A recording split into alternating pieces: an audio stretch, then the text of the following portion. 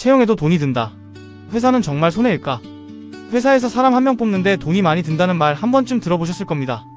채용 공고 올리고 면접 보고 교육까지 하려면 적게는 몇십만원, 많게는 몇백만원까지 든다고 합니다. 그래서 이런 말도 자주 나옵니다. 사람 한 명 잘못 뽑으면 회사가 손해다. 채용은 신중해야 한다. 비용이 많이 들어가기 때문이다. 이 말 틀린 말은 아닙니다. 하지만 이건 어디까지나 미시적인 관점입니다.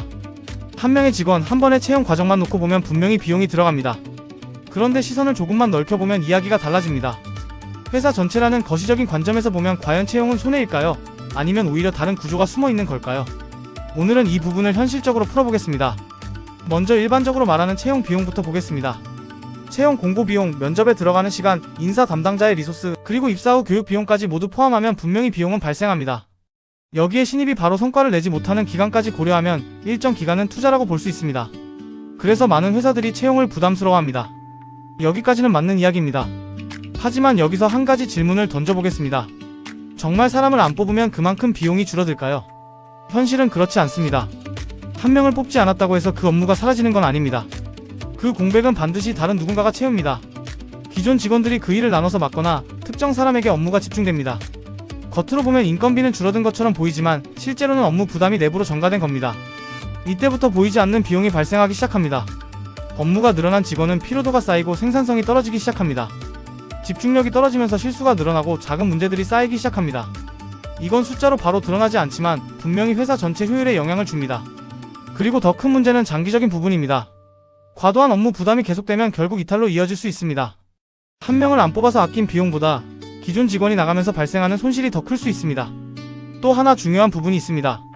연봉 구조입니다. 전임자가 연봉이 높았던 경우 그 사람이 나가고 신입이 들어오면 인건비가 줄어드는 효과가 발생합니다.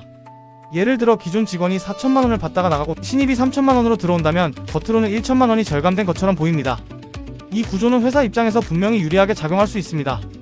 그래서 어떤 경우에는 채용 자체가 비용이 아니라 비용 조정 수단으로 작용하기도 합니다.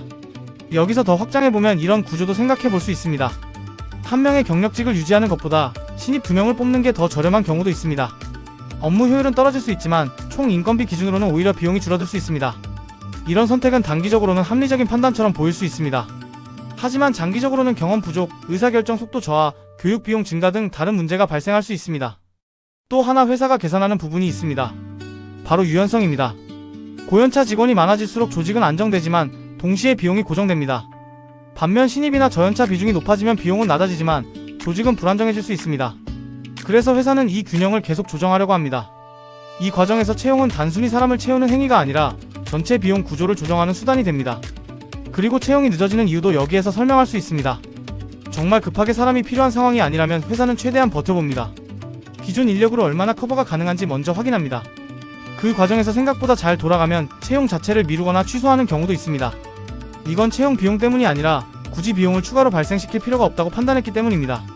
그렇다면 채용이 계속 반복되는 이유는 무엇일까요? 이건 단순히 사람을 못 뽑아서가 아니라 구조 자체가 안정되지 않았기 때문일 가능성이 큽니다. 업무가 명확하지 않거나 역할이 계속 바뀌거나 기대치와 현실이 다른 경우에는 사람이 들어와도 오래 버티기 어렵습니다.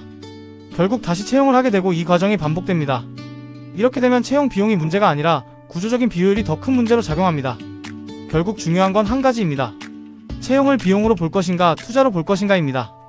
단순히 한 사람을 뽑는 데 들어가는 돈만 보면 비용이지만 그 사람이 만들어낼 결과까지 포함하면 투자로 볼 수 있습니다.